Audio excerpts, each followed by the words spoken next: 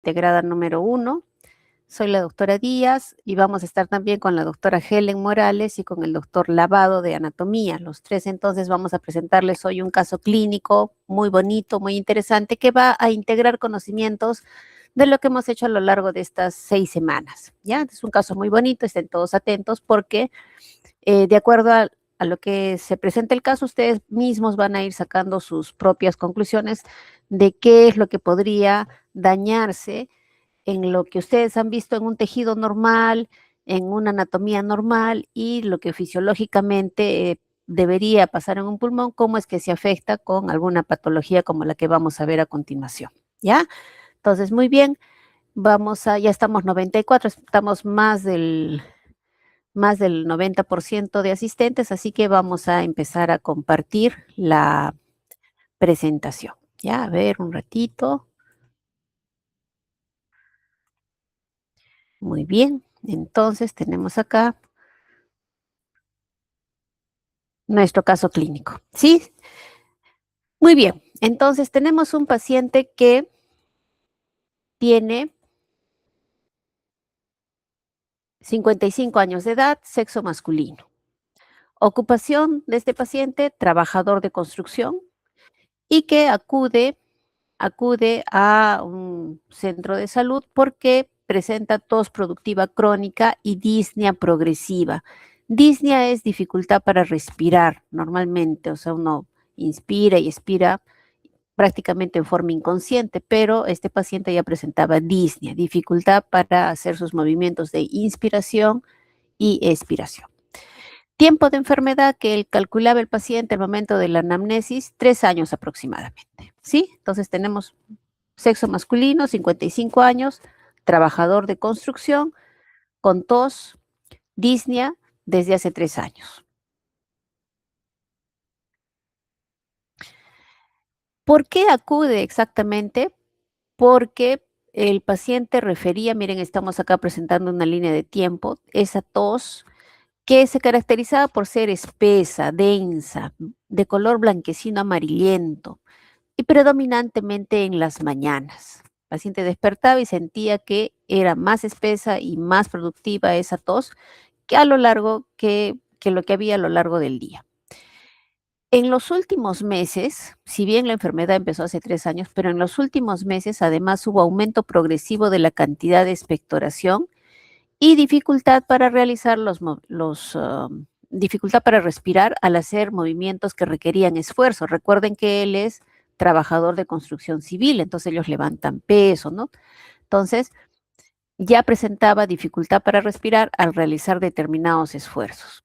Disnea, tenía disnea en actividades cotidianas, además, ¿no? Actualmente, además de lo que ya hemos mencionado, tenía disnea en actividades cotidianas y también en el reposo, o sea, ya no solamente cuando hacía esfuerzos. Ya empezó a presentar sensación de opresión torácica y dificultad para expulsar el aire. Muy bien. Antecedentes de importancia de este paciente. Tabaquismo crónico. El paciente tenía el antecedente de fumar 30 paquetes de cigarrillos más o menos en un año. Saquen ustedes la cuenta de cuánto era más o menos por mes, por día o por semana. Bastante, ¿verdad? El, el paciente era trabajador de construcción, sin embargo, había referido que no usaba o a veces no le daban el material adecuado de protección respiratoria, por ejemplo, las mascarillas que deben usar, realmente a veces no lo utilizaba o no se lo proporcionaban. Entonces, le hacía sus trabajos así, sin protección, por lo que estaba expuesto, tenía exposición laboral a polvo, humo y partículas de su mismo trabajo que era de construcción, ¿no? Cemento, tantas, asbesto, inclusive, ¿no? De los cerámicos que utilizaban para construcción.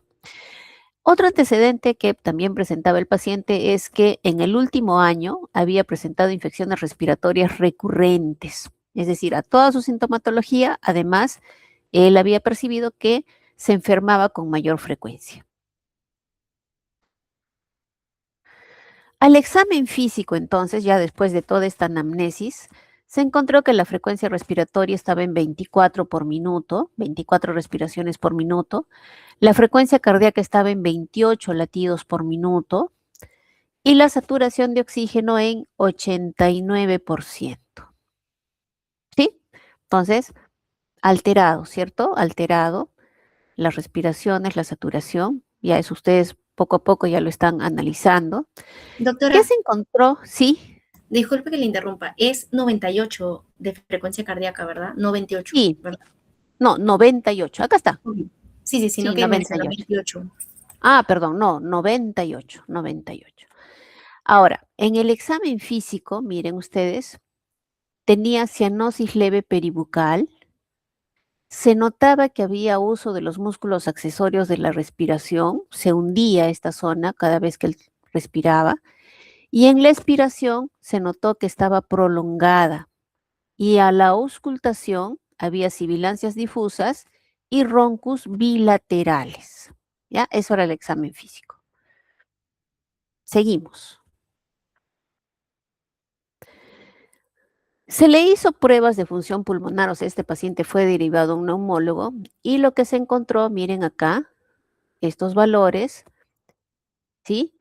Acá el FEV1 estaba en 55%, este de acá, el FBC, estaba en 75%, acá tienen el valor normal para que ya vayan sacando también sus cálculos, y la relación entre ambas era de 0.55%. Ahí también tienen el valor normal. Es decir, 55, lo normal es más de 80 y él tenía solo 55. Acá 75 y lo normal es más de 80. Y obviamente que la relación también tenía que estar alterada, ¿no? Entonces, con estos exámenes que se le hizo, se encontró que había un patrón obstructivo. Entonces, en cuanto a los volúmenes pulmonares, el volumen actual estaba aumentado y la capacidad pulmonar total también estaba aumentada. Un ratito, a ver, vamos a ver, creo que hay compañeros suyos que quieren ingresar. A ver, un segundito. Admitir. Y está, listo. Muy bien. Entonces, hasta ahí tenemos esos datos. Y también tenemos que se le hizo exámenes en sangre, gasometría arterial. Ahí están los valores, miren. Se le hizo un estudio del pH, de acá del CO2, bicarbonato, la presión de oxígeno, ¿no? Entonces, miren todos los valores como están aquí. pH, por ejemplo, en 7.32. Acá tienen un cuadro muy bonito porque tenemos los valores que se encontró el paciente y los valores normales, ¿no? E inclusive le hemos agregado ahí para facilitarles a ustedes un poquito el análisis, que se encontró que había acidemia, ¿no? Acidemia en cuanto al pH, había hipercapnia, miren acá los valores, ¿sí? El bicarbonato en 34, lo normal es de 22 a 26, entonces elevado. Y en cuanto al oxígeno, estaba en 55, lo normal es de 80 a 100, ¿no? Inclusive, ¿no? Está por debajo, muy por debajo, entonces había una hipoxemia severa, ¿ya? Este cuadro, a ver si lo analizan bien, porque en base a eso es que ustedes van a ir haciendo su análisis de todo lo que hemos expuesto hasta el momento.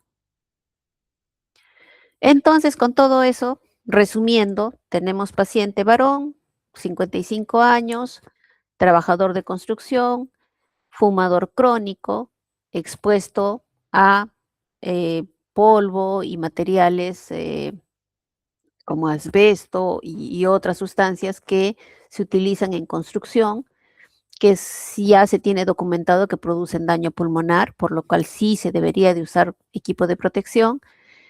Tenemos que su frecuencia cardíaca estaba un poquito pegándose ya a los valores más altos. La respiratoria sí ya estaba un poco alterada y también lo que era la gasometría, ¿no? Arterial, la presión la concentración de oxígeno en sangre, ¿no? Y también hemos visto que el examen físico ya había cianosis peribucal, había, ¿qué más? A ver si alguien me ayuda. ¿Qué más había? A ver, chicos. Músculos accesorios. Uso de los músculos accesorios, ¿qué más? Sibilancia difusa. Expiración prolongada. ¿Qué más en la auscultación? Sibilancia difusa y roncus bilateral. ¿No? Sibilantes, roncantes, ¿no? Que nos expresan que hay un contenido en la luz de la vía aérea que está haciendo esos ruidos. Entonces, con todas esas posibilidades diagnósticas, ¿qué podríamos decir? Con todos estos síntomas que tenemos, ¿en qué podríamos sospechar? Un EPOC. Un EPOC, muy bueno, sí. ¿Alguien más?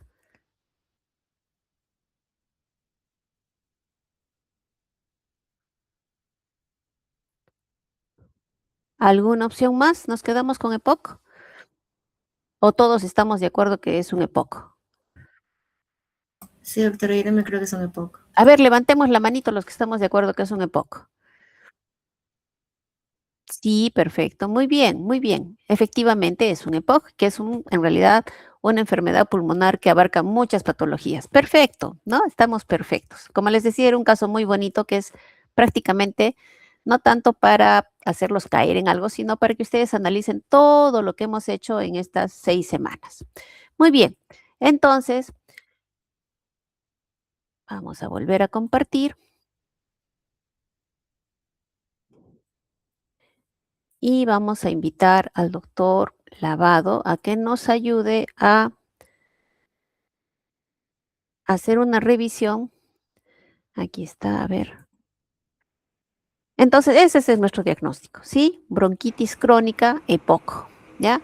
Entonces, vamos a pedirle, por favor, al doctor Lavado que nos ayude a hacer una revisión ahora de la anatomía, la anatomía del aparato respiratorio, para que ustedes, es cierto, ya me han dado su alternativa diagnóstica, pero vamos a ver qué cambios podrían verse y para ello tenemos que recordar lo normal. ¿Sí, doctor Lavado está?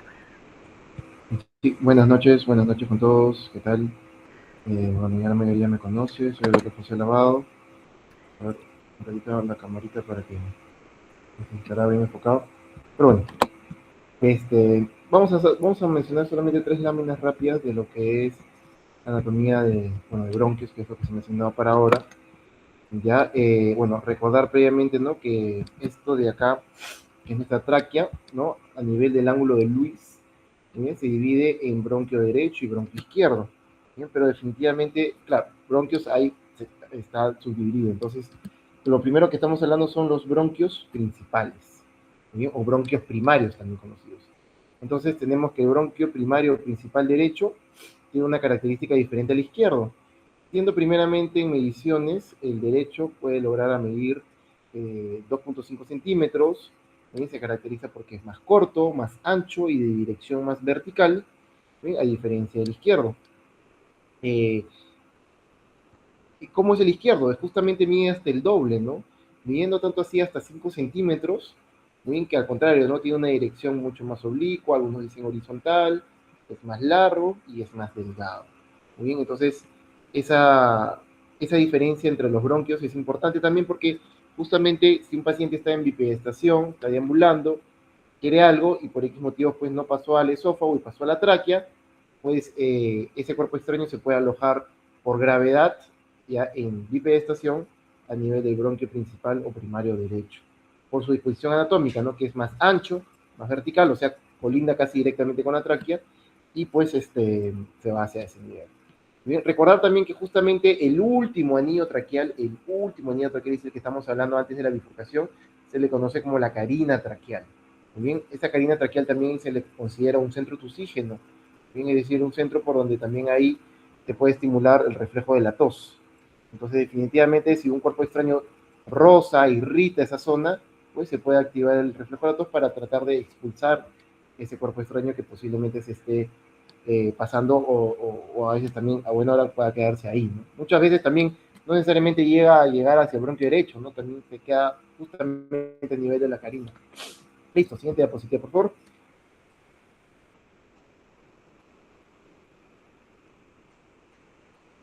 Ya, muy bien, entonces de todas maneras acá ya estamos viendo en el corte, recordad que los anillos traqueales, muy bien, no cubren la totalidad, justamente la parte posterior está tapizada por el músculo traqueal. Pues, siguiente, por favor.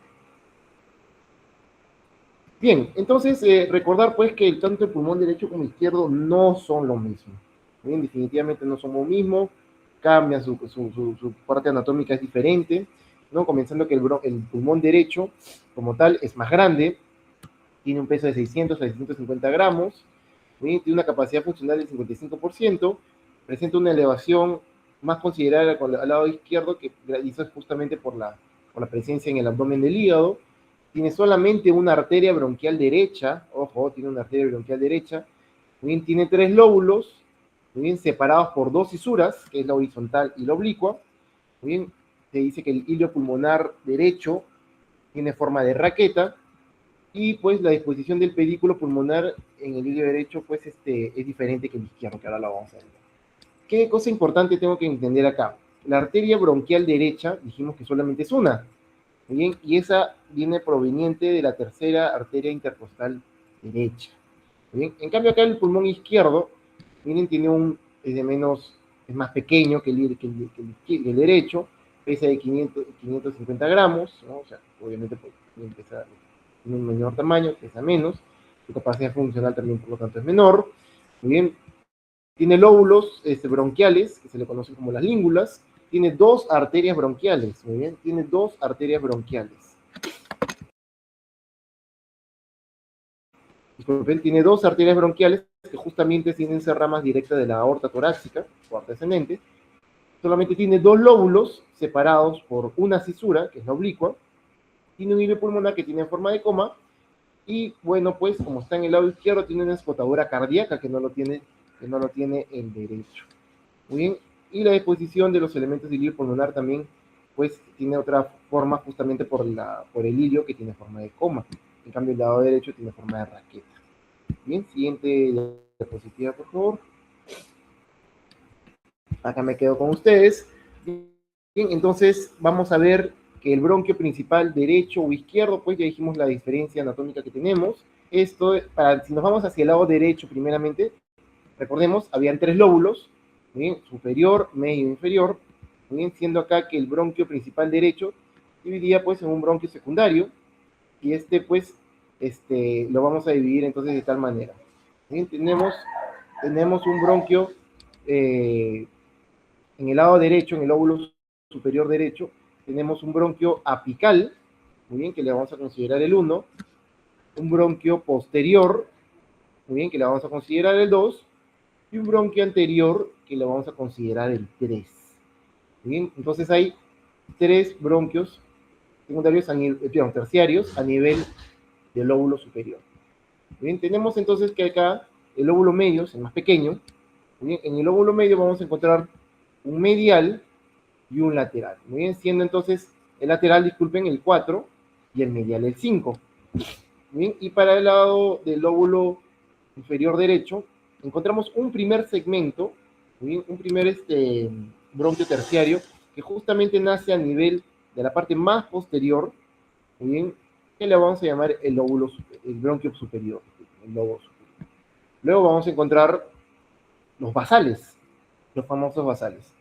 Vamos a encontrar bueno, dejando en claro también que el superior es el 6, muy bien, entonces tenemos acá 3 basales, muy bien, en el cual vamos a encontrar el basal medial, muy bien, vamos a encontrar el basal anterior, y vamos a encontrar el basal posterior. El basal lateral, perdón, y el basal posterior. De tal manera que ahí le ponemos un número, son 7, 8, 9 y 10, conteniendo entonces 10 segmentos a nivel del lóbulo inferior derecho. Entonces, por esa parte, ese es mi pulmón derecho. Pero vean ustedes la diferencia acá justamente a nivel del lóbulo, el pulmón izquierdo. Tenemos nuestro bronquio principal izquierdo con sus características mencionadas, y tenemos 2 bronquios secundarios. Bien, solamente 2, acá teníamos 3, acá tenemos 2. Entonces, el superior, vamos a ver que se va a dividir entonces, sus terciarios van a ser fusionados, siendo así el 1 y el 2, que le vamos a llamar al ápico posterior. O sea que el apical y el posterior del derecho, por ejemplo, en el lado izquierdo son fusionados. Bien. Tenemos entonces un anterior, que viene a ser el 3, como en el otro lado, un anterior. ¿Listo? En cambio acá, esto es algo propio ya del lado izquierdo, muy bien, que tenemos los famosos bronquios lingulares. Tenemos el lingular superior, que es el 4, y el lingular inferior, que es el 5. ¿Bien? Muy bien. Habíamos mencionado acá justamente para ya el bronquio secundario inferior izquierdo, que vemos pues que también, igualito que en el lado derecho, nace un lóbulo apical, o un lóbulo superior, ¿muy bien? O un bronquio superior, disculpe.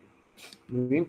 Este bronquio superior, tanto en el lado derecho como en el lado izquierdo, bueno, tiene más relevancia en el lado derecho, se caracteriza porque si usted se atraganta o no, o come un alimento que pasó justamente por la tráquea, pero no está en bipedestación, sino está echado, muy bien, puede ser boca arriba, ¿no? Sobre todo el cúbito supino, pues pueden alojarse acá, porque justamente van directamente hasta ese bronquio superior.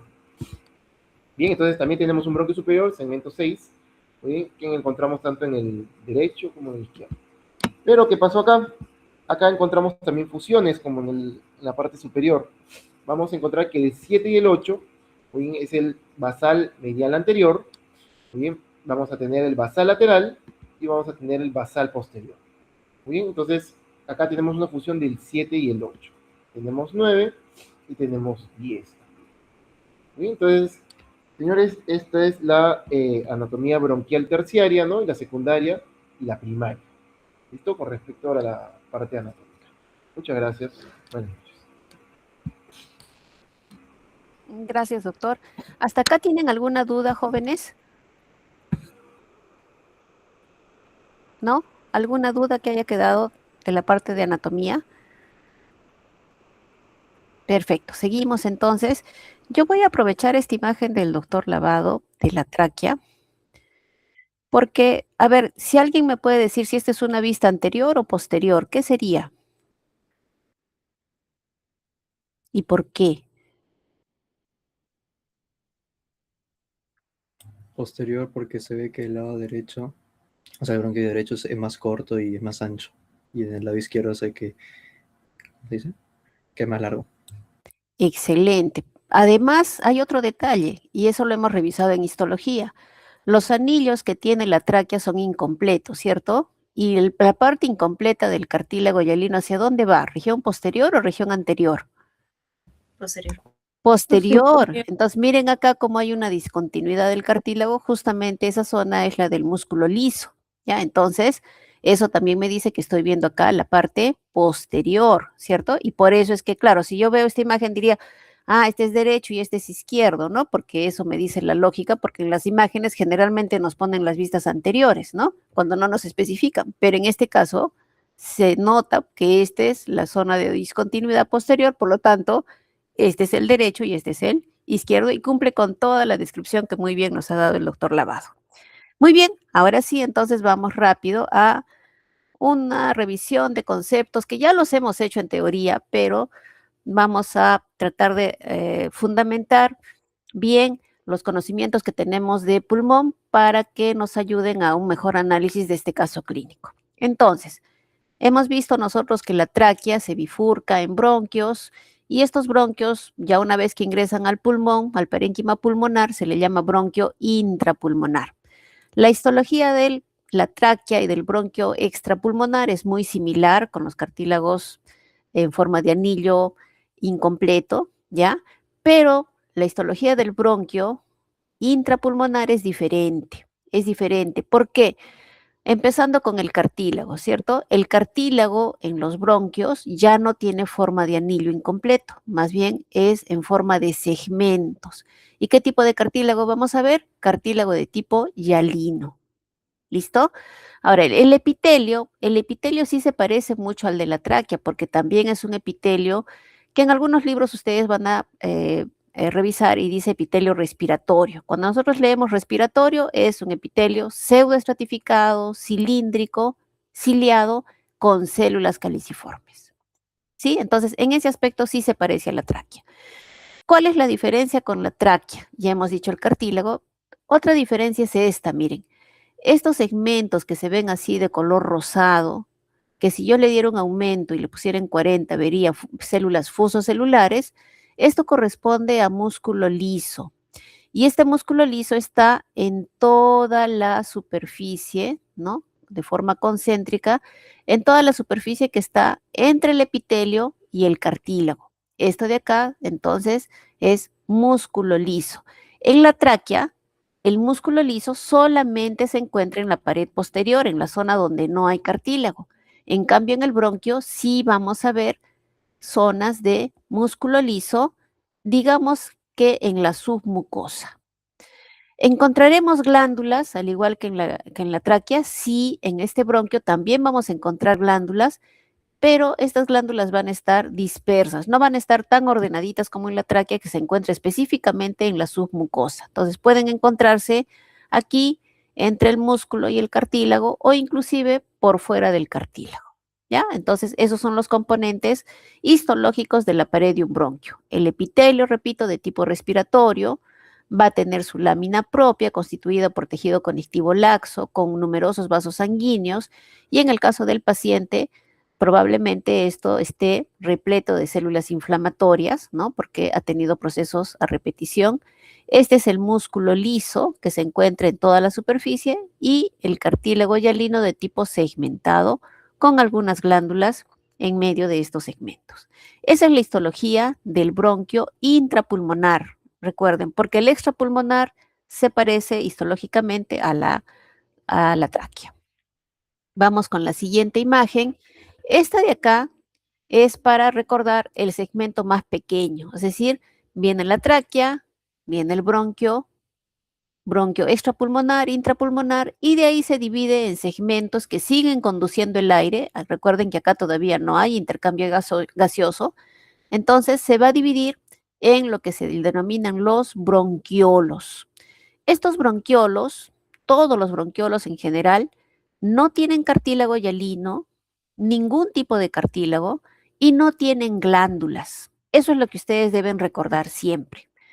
¿Qué pasa con el epitelio? El epitelio, ¿se acuerdan que en el bronquio era de tipo respiratorio? Ya saben a qué me refiero cuando digo respiratorio, es como si lo estuviera abreviando porque el nombre realmente es largo, pero a medida que yo voy acercándome a la zona de los alvéolos, estos bronquiolos que se van haciendo cada vez más pequeños, también van a hacer que su epitelio vaya cambiando y se haga más delgadito, de modo tal que aquí es cilíndrico, acá ya empieza a ser cilíndrico bajo y finalmente en este bronquiolo que es el respiratorio, en el que sí se da un intercambio de gases, aquí el epitelio ya es cúbico, ¿sí? Entonces, ¿cómo progresa este epitelio a hacerse más delgadito y más finito? Tal es así que en los alvéolos vamos a ver a los neumocitos de tipo 1 en los que el epitelio es plano. ¿Listo? Muy bien. Entonces, no tiene cartílago, no tiene glándulas. ¿Qué tipos de bronquiolos tenemos? El propiamente dicho, que ahí miren cómo se ve la luz, bastante típica, que es ondulante o estrellada. Así es el epitelio. ¿Y en qué descansa este epitelio? En una lámina propia delgada, pero sobre todo la presencia de músculo liso en toda la zona de la pared, es decir, capas de tejido muscular liso concéntricas a la pared. Igual acá.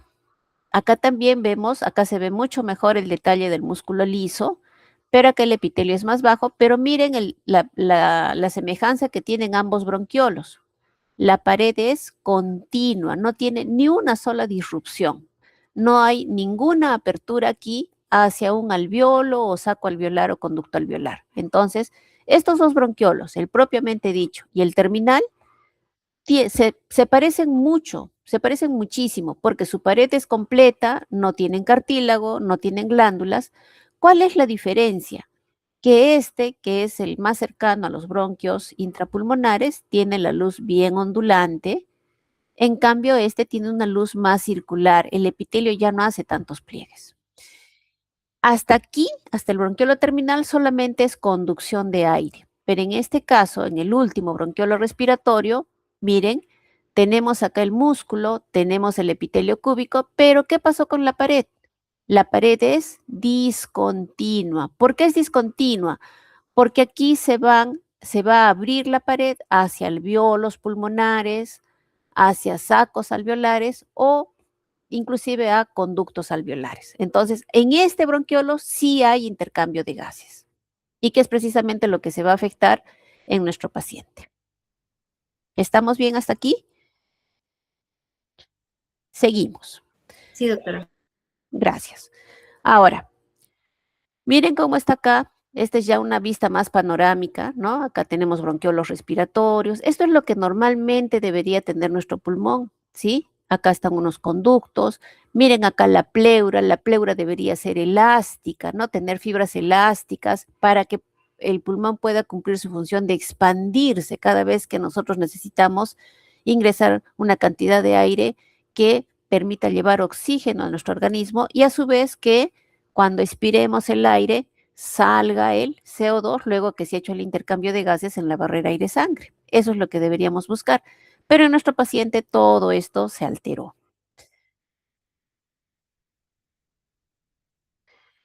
Vamos ahora sí específicamente al epitelio. ¿Qué antecedente tenía el paciente? Fumador, ¿cierto? Y expuesto a sustancias nocivas pulmonares. Entonces, tenemos que recordar el epitelio respiratorio porque se empieza a dañar desde arriba, ¿ya? Desde arriba, desde la tráquea ya empieza a dañarse el epitelio. Claro que con mayor daño a nivel pulmonar.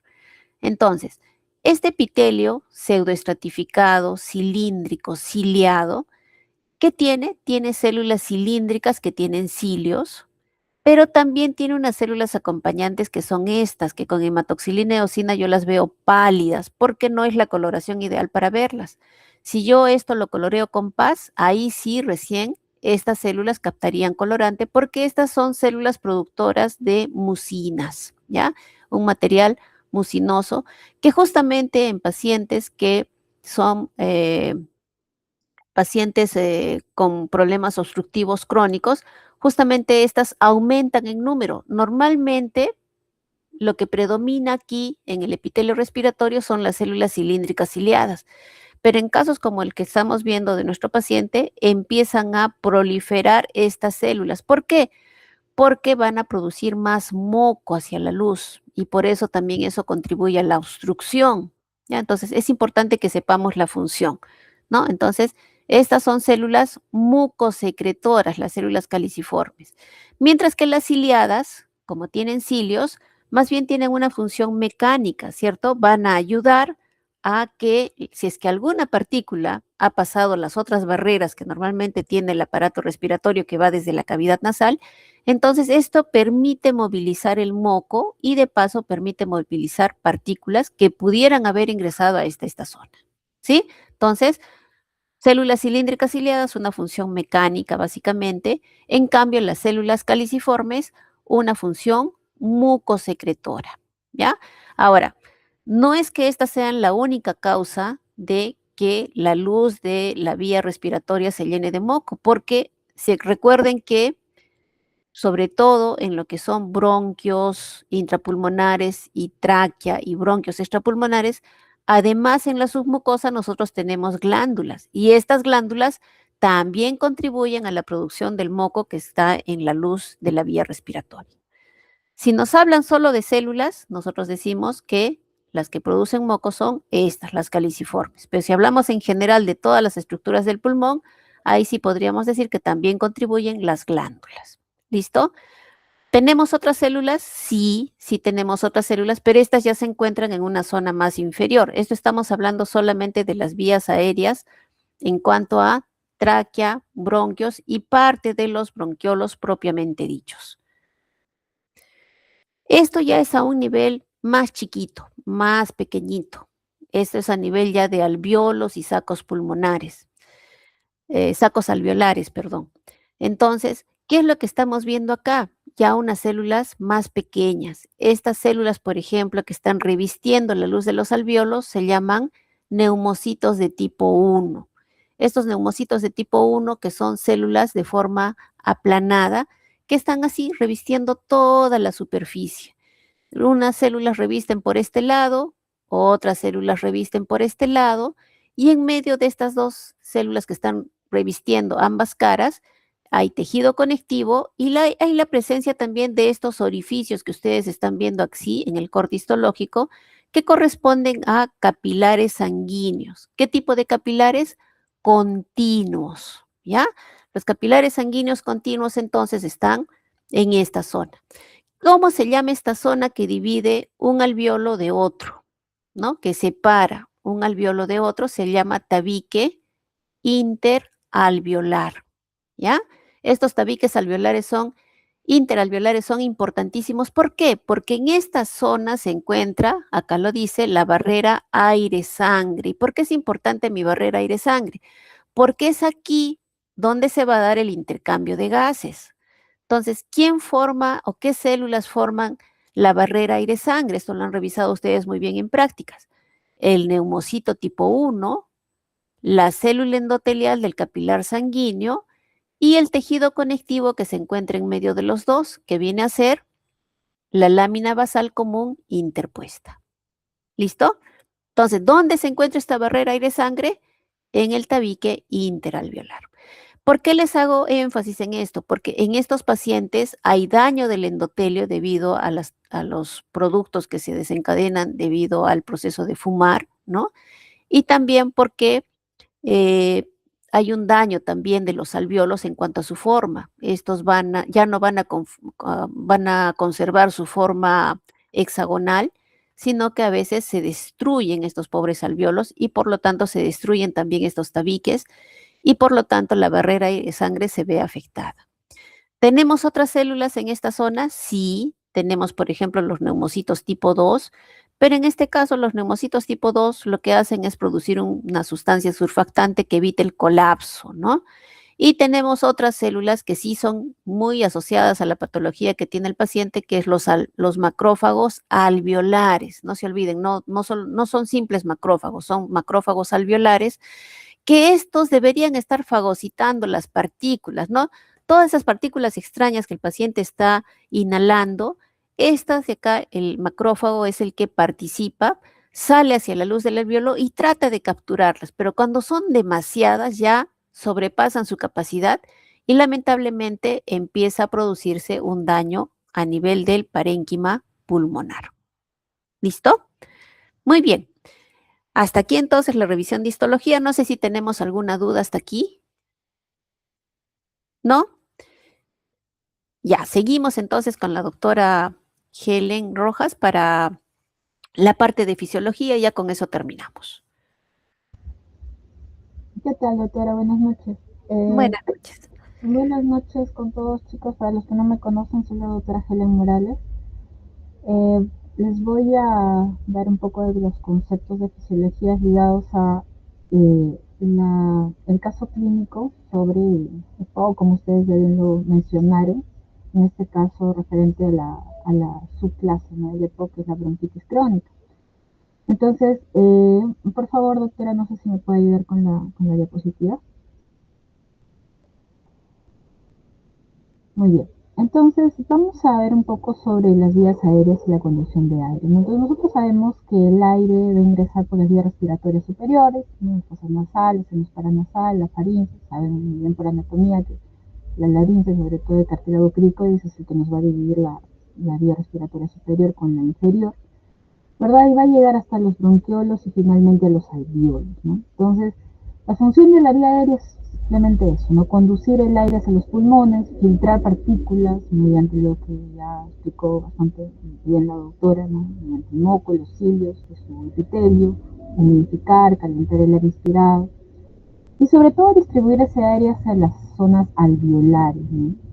Entonces, a medida que, como bien dijo el doctor Lavado, las vías aéreas se van ramificando, va a disminuir ese diámetro individual, pero lo que sí va a aumentar mucho el área transversal total, ¿no? Lo que va a facilitar así el flujo de aire hacia los alveolos, ¿no? Para que se dé la hematosis. Entonces, básicamente nosotros cuando hablamos de la mecánica de la ventilación pulmonar, tenemos que hablar de dos cosas, ¿no? La inspiración, que es la entrada del aire, ¿no? Entonces, donde vemos en la imagen izquierda, observa la contracción del diafragma, este esto va a generar el descenso del mismo y para que se dé la expansión de la cavidad torácica, ¿no? Entonces, ¿para qué? Para aumentar el volumen pulmonar, ¿no? Disminuimos, como por ende, la presión intrapulmonar y de entrada de aire hacia los pulmones, ¿no? Entonces, en cambio, en respiración, en condiciones normales, que es lo que vamos a ver sobre todo con nuestro casito, que es la salida de aire, del aire que se tiene que ingresó por la inspiración, o sea, eliminar. Entonces es un proceso pasivo en el cual el diafragma se va a relajar, el pulmón va a retornar elásticamente a su tamaño real, eso ya lo han visto también, digamos, en la estancia. Entonces, esto va a generar que se dé esa disminución, ¿verdad?, del volumen pulmonar y que básicamente lo que queremos generar con todo esto es dar, ¿no?, repetir el ciclo, ¿no?, inspiración, expiración. Muy bien, entonces, el punto fundamental de por qué les he mencionado algo tan básico para ustedes que es vías aéreas es porque el EPOC se va a perder el retroceso elástico, ¿ya? Si bien es cierto, va a haber una dificultad para inspirar, pero sobre todo en los procesos como el EPOC, que es un proceso obstructivo, la salida del aire se le va a hacer muy dificultosa al paciente, ¿no?, así como en el asma, por ejemplo, ¿no? Muy bien, entonces, el otro concepto importante es la relación ventilación-perfusión, que lo pueden ver en la parte de abajo, ¿no? Entonces, la V significa ventilación, el aire que va a llegar al alveolo, y la Q es la perfusión, ¿no? Es la que va a la sangre que llega al capilar pulmonar, ¿no? Entonces debe existir un equilibrio entre ambas, ¿no?, para que haya un buen intercambio gaseoso, un intercambio eficiente, ¿no? Entonces, nosotros podemos ver alteraciones, ¿no? Alteraciones en la relación ventilación-perfusión, en lo normal, como ustedes pueden ver en la imagen izquierda. Sin embargo, podemos tener alteraciones cuando, por ejemplo, tenemos una baja ventilación-perfusión. La ventilación está disminuida, pero la perfusión está conservada. O sea, nuestros capilares pulmonares están normales. Entonces, ¿qué es lo que sucede cuando la ventilación es baja? Va a haber poca entrada de oxígeno, se nos va a llevar una hipoxemia. Por ejemplo, ¿por dónde se puede dar? En una obstrucción bronquial, ¿no? No va a llegar la ventilación como nosotros queremos. Sin embargo, puede haber estados también donde puede existir alta ventilación-perfusión, ¿no? Entonces, la ventilación está relativamente normal, sin embargo, la perfusión puede estar disminuida, y eso se da en casos normales, ¿no? Por ejemplo, en el espacio muerto fisiológico, o también que muchas veces puede aumentar, puede reducirse en el momento que uno hace una actividad, un esfuerzo, ejercicio, no se va reduciendo ese espacio muerto fisiológico, ¿no? Pero también puede existir patologías como la embolia pulmonar, ¿ya? Entonces, cuando nosotros hablamos del EPOC, específicamente en la bronquitis crónica, ¿ya?, existe aumento de la resistencia de las vías aéreas, ¿ya?, sobre todo en la expiración. Entonces, hay un colapso de las vías aéreas. Hay que recordar que es un proceso inflamatorio crónico, donde las vías aéreas están inflamadas, ¿no?, y hay estrechez, y se pierde ese soporte estructural. Entonces va a haber atrapamiento aéreo, ¿no? Entonces el aire de entrar está, la inspiración está relativamente conservada, pero no va a poder salir completamente, se va a acumular el aire. Y si yo acumulo el aire, voy a aumentar, ¿qué cosa?, mi volumen residual, ¿ya? Muy bien, entonces eso básicamente es lo que pasa en el EPOC. El EPOC va a producir obstrucción bronquial, atrapamiento aéreo, también puede darse, se da la destrucción alveolar, ¿ya? Y eso va a generar una disminución de la ventilación-perfusión. Normalmente eso lo vamos a ver, eso es lo que va a predominar en bronquitis crónica. Podría haber un aumento, sí, cuando hablamos de enfisema, pero lo que más se ve y lo que nos está dando en nuestro caso clínico es básicamente un EPOC del tipo bronquitis crónica, ¿ya? Muy bien. ¿Me podría apoyar, doctora, con la siguiente diapositiva? Entonces, la parte de la espirometría, ya nosotros lo hemos visto en práctica también, cuando hablamos de una espirometría simple o estática, de una espirometría forzada o dinámica, ¿no? Las diferencias es en que en la forzada lo tenemos que hacer en un menor tiempo, ¿no?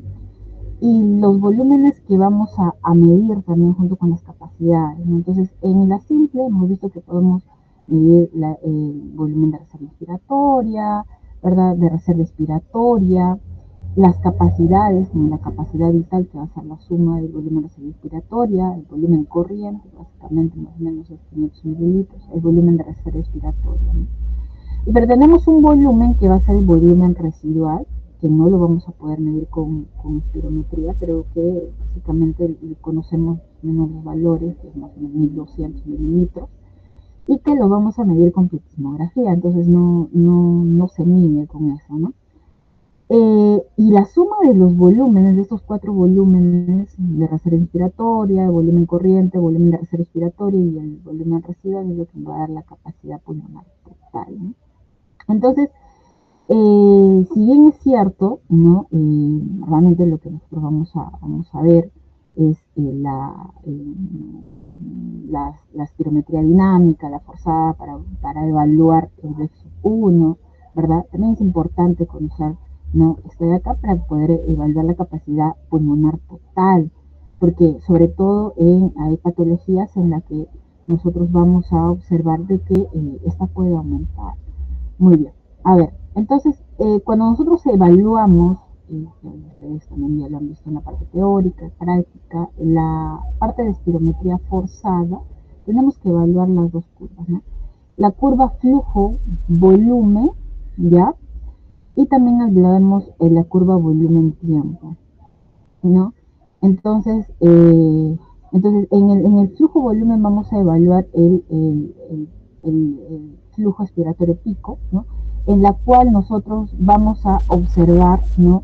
Cómo es que, primero esta curvita, no lo puedo señalar, pero comienza la parte de abajo es la parte inspiratoria y lo que evaluamos básicamente la parte expiratoria, que es la parte de arriba, la parte superior, ¿ya? Entonces lo que queremos evaluar es en cuánto tiempo o el tiempo en que va a generar esa expiración este paciente, ¿no? Entonces ahí podemos evaluar también diferentes tipos de parámetros, ¿no? Que nos va a dar como referencia cómo se está comportando su vía aérea, ¿no? Entonces, lo normal es tener un flujo de esta manera. Nosotros cuando evaluamos la espirometría vamos a evaluar curvas y también volúmenes, que les he mencionado. Y en el caso de la curva volumen-tiempo vamos a poder evaluar el BEF1, ¿ya? Y también la capacidad vital forzada, ¿ya? Entonces, el BEF1 es importante porque nos está diciendo el volumen expiratorio, el volumen que voy a expirar en el primer segundo. Y básicamente cuando les hablaba de la diapositiva anterior sobre que el problema está en sacar el aire en la expiración, en los problemas obstructivos, justamente es para mencionarles que en el BEF1 en estos pacientes, ¿no? Va a estar baja, ¿no? Entonces el BEF1 junto con, sobre todo, ya con el índice de Kirchner, que lo vamos a ver en un momento, nos va a evaluar la obstrucción, ¿ya? Y vamos a tener lo otro, que es la capacidad vital forzada, que también lo vamos a medir en porcentaje. ¿Por qué? Porque no va a ser lo mismo, ¿no? Una persona, no sé, que mide 1,80 m, 90 kilos, o una persona de edad leptosómica, un poquito más pequeña, ¿verdad? Entonces, por eso es que tenemos que medirlo por porcentaje, ¿ya? Entonces tenemos los dos tipos de patrones, el patrón obstructivo y el patrón restrictivo, en donde nosotros vamos a evaluar básicamente las curvas, ¿ya? Entonces, cuando nosotros estamos hablando de, por ejemplo, un problema de obstrucción, si nos damos cuenta en la parte de la curva flujo-volumen, vamos a ver una curva, la curva morada es la curva anormal, y la curva plomita que ustedes pueden ver arriba, ya es la curva normal o con la que vamos a comparar, ¿no? Entonces siempre en la espirometría vamos a tener curvas con las cuales vamos a comparar. Entonces la curva moradita nos va a salir una curva más cóncava, ¿verdad? Un flujo expiratorio que no va a llegar a lo normal, justamente porque el paciente está atrapando aire, ¿ya? Y cuando evaluamos la curva volumen-tiempo, nosotros vamos a ver que la curva morada es la curvita en la que nosotros nos damos cuenta que existe una patología, la curva ploma, ¿no? Es la curva normal, entonces vamos a compararla, pues, ¿no? Entonces vamos a ver que el BEPS1 sale disminuido, ¿no? Justamente porque nosotros vamos a ver que ese volumen expiratorio que debería ser en un segundo, ¿no? Ha disminuido, ¿no? Y vemos que la capacidad forzada está normal, ¿no? Está bien. Entonces, ¿por qué? Básicamente no es porque el paciente esté bien, esté haciendo una buena intercambio gaseoso, no esté respirando bien, simplemente porque hemos dicho que aumenta el volumen residual, ¿no? Este volumen residual, porque hay atrapamiento aéreo. Entonces, eso trae como consecuencia que una patología obstructiva pueda tener una capacidad vital forzada normal, ¿no? En cambio, cuando hablamos de una patología restrictiva, estamos hablando ya del problema, de un problema para llenar los pulmones, ¿no? Estamos hablando ya de patologías como fibrosis, por ejemplo, ¿no? Fibrosis pulmonar, ¿no? Entonces ahí sí la curva va a ser más pequeñita, se va a parecer a la normal, pero va a ser más pequeñita, ¿no? Y entonces, y los volúmenes, mira, este llega al volumen hasta el final, entonces no llega, no llega, no, o sea, respira poco, es como si respira poco, pues, ¿no? El aire entra poquito. Entonces, por lo mismo, su capacidad vital va a estar disminuida. Y básicamente su BEPS1, a lo poco que expira, a lo poco que inspira, también va a disminuir la cantidad de expiración, ¿no?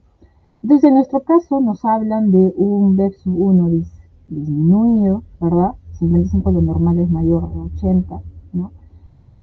Estamos hablando de una capacidad vital forzada también disminuida, mayor de 80%. Me habla de una relación de tifeno de 0.55, ¿no? Un volumen residual aumentado y una capacidad pulmonar total que podría estar aumentada justamente en base al volumen residual. ¿Qué es lo que los parámetros que nos van a dar obstrucción? Básicamente este de acá, ¿no? Entonces, la relación BEPS1 sobre capacidad vital forzada, lo que nosotros llamamos el índice de tifeno, ¿ya? Y me sale disminuido. Entonces, ya cuando yo veo esto, entonces yo estoy hablando de un problema obstructivo. Eso es el que me va a decir de qué tipo de patrón se está hablando, ¿no? Podría tener un patrón mixto quizás, si es que hablo de restrictiva. En el caso de la restrictiva, tendría que evaluar también la capacidad vital forzada, si esta se encuentra normal, se encuentra disminuida, ¿ya? Pero básicamente una capacidad pulmonar total, aumentada, un volumen residual aumentado, en una restrictiva básicamente no hay, ¿no? Normalmente se encuentran disminuidos, ¿ya? Nos vamos a la siguiente diapositiva, por favor, doctora. Acá. Creo que no me va a poder, no voy a poder realizar una anotación, ¿no, doctora? No sé si podría yo compartir mi pantalla con la diapositiva que tengo.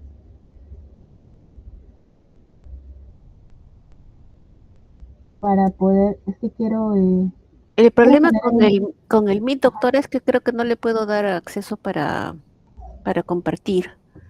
a ver, creo que O a ver, sí, sí me intente. está, A ver, sí, creo que sí me está dejando. voy a dejar de compartir yo. Ajá. A ver, un ratito, un ratito.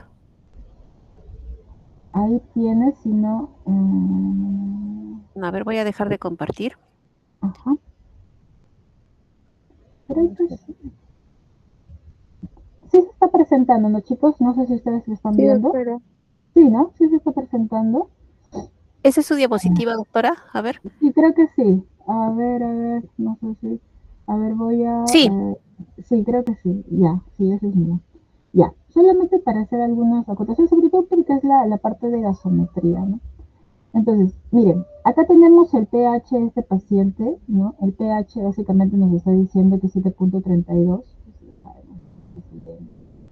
un paciente que está entrando en accidente. Entonces ya le ponemos, si vemos ya una presión arterial de CO2 aumentada, estamos hablando de un hipercambio, entonces ya le podemos poner su apellido, ¿no? Entonces, ¿cómo le llamamos? Acidosis respiratoria, ¿verdad? Respiratoria. Entonces, acá nosotros vemos el bicarbonato aumentado. Básicamente, si un bicarbonato está aumentado, y su trastorno primario, que es el problema de la presión arterial de CO2, que también está aumentado, diríamos, uy, está en proceso de compensación, ¿no? Sin embargo, sé que muchos lo han visto en la práctica y también en la teoría, que tenemos para evaluar el proceso de compensación del bicarbonato, sobre todo en el caso de patologías respiratorias, porque va a ser otra forma en patologías metabólicas, en trastornos metabólicos, vamos a hablar de tenemos que ver si el trastorno es, o la patología que estamos viendo, el caso que estamos viendo, es un caso de tipo agudo o crónico, ¿no? Entonces, esto ahorita lo vamos a ver, vamos a dejarlo en stand-by para ver si hay realmente una compensación o o estamos hablando de otro tipo de trastorno, ¿ya? Y también es ver la presión arterial de oxígeno, ¿verdad? La presión arterial de oxígeno me dice que tiene que ser 80-100. Hemos dicho que menor de 80 estamos hablando de una hipoxemia, la 55 estamos hablando menor de 60, estamos hablando de una insuficiencia respiratoria, ¿sí? Insuficiencia respiratoria. Entonces, cuando nosotros hablamos de un problema crónico, básicamente nos van a dar algunos valores. Por ejemplo, vamos a evaluar el valor que ¿no? Tenemos que hemos practicado en la práctica, por ejemplo, que es en una acidosis respiratoria crónica, tenemos que por cada 10, ¿no? Por cada 10 milímetros de mercurio de CO2 que aumente, va a aumentar 3.5 mil equivalentes de bicarbonato, ¿verdad? Entonces, eso es porque es crónico, ¿no? No decíamos que era agudo, por cada 10 uno es equivalente, ¿no? Entonces, ¿de acá cómo yo puedo sacar? Hablando de los promedios. Si yo sé que mi CO2 55, ¿verdad? Y el promedio de mi normalidad, mi valor normal de mi presión arterial de oxígeno, de CO2, perdón, es 40, entonces ha aumentado 15, ¿verdad? Entonces, si 10 mil equivalentes, ahora voy a ver cuánto debería de bicarbonato aumentar en 15, ¿no? Si 10 debería aumentar 3.5, ¿cuánto debe aumentar en 15? ¿Verdad? Y más o menos una regla de 3 sale 5.25, ¿ya? 5, ¿no? Entonces, ¿cuánto me ha salido el bicarbonato? Si bien es cierto, el bicarbonato está aumentado, como debería pasar en una compensación, pero vamos a ver, pues, ¿no? Si en realidad ha aumentado lo que debería, ¿no? Entonces, el promedio de bicarbonato es acá 24, ¿no? 24, el valor normal, el promedio del valor normal. Entonces, vamos a ver si ha aumentado. Le sumamos los 5 que debería haber aumentado, ¿no? Por los 15 por los 15 de CO2 que ha aumentado, como estábamos viendo en el casito, y debería haber aumentado o tener un bicarbonato esperado más o menos de 29, ¿no?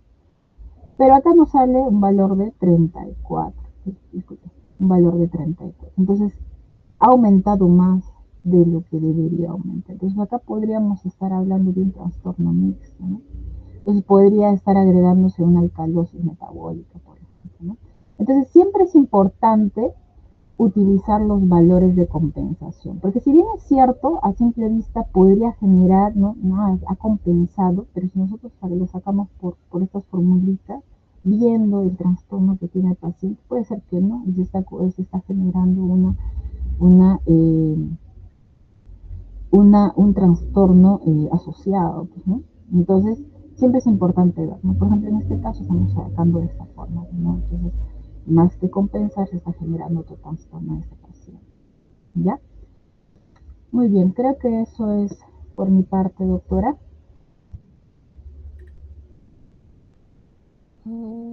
Dayana tiene una pregunta.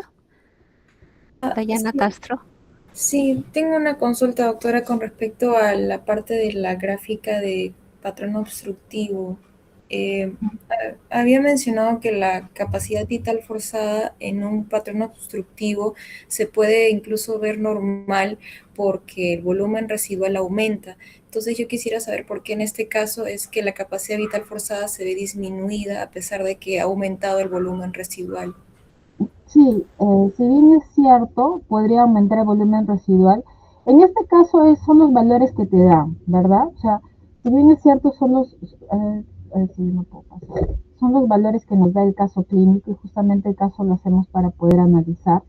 Podría generarse, por ejemplo, cuando nosotros vemos disminución de la capacidad vital forzada, se está asociando un patrón también, dos patrones ahí, ¿no? Un patrón, yo creo que lo voy a poder pasar, ¿ya? Dos patrones, un patrón mixto, ¿no? O sea, un patrón obstructivo, voy a pasar la diapositiva, disculpen, pero se puede producir un patrón mixto, ¿no? Que al patrón obstructivo se le esté generando un patrón restrictivo. Puede existir, sí puede existir, y eso también lo podemos evaluar cuando se genere la capacidad vital forzada disminuida, porque ahí es donde evaluamos nosotros el patrón restrictivo. Y entonces también eso quiere decir que sería mixto por esa disminución. Ya. Claro, la disminución nos podría dar ese patrón mixto, exacto. Ahí tendríamos que evaluar esos dos. Gracias, doctora. Listo, entonces como ven, como les prometí, era un casito bastante interesante y que suma todos los conocimientos que hemos visto a lo largo de estas 6 semanas. Entonces ha valido la pena que estemos hasta la hora que estamos ahora y la evaluación, porque tiene que haber una evaluación, lamentablemente todo tiene que tener una evaluación. Va a ser el día viernes, ¿ya? El día viernes después de su examen teórico. O sea, no se preocupen porque ya van a estudiar toda la teoría. Entonces, más lo que hemos hecho la revisión de hoy, que hemos tratado de hacerles lo más conciso, pero lo más relevante que va para este caso. Entonces, lo evaluamos con 10 preguntitas para el día viernes después de su examen. Inmediatamente termina el examen y en 10 minutos o 15 minutos ya estamos terminando la evaluación para su actividad integrada número 1. ¿Ya, chicos? ¿Listo? La asistencia la voy a sacar de lo que me informe el Google Meet, no se preocupen, ya no quiero dilatar más para que puedan descansar. Agradezco mucho a los doctores José Lavado y a la doctora Helen. Disculpe que le dije Rojas, pero es la costumbre de que trabajábamos mucho con la doctora Rojas. Es la doctora Helen Morales, que amablemente también nos está apoyando en esta actividad integrada. Listo, podemos abandonar la sesión entonces, jóvenes, y nos vemos el día viernes con la mayoría de ustedes. Bueno, con mis grupos nos vemos mañana y el viernes entonces al momento del examen. Listo, podemos abandonar la sesión. Si es que salvo que tuvieran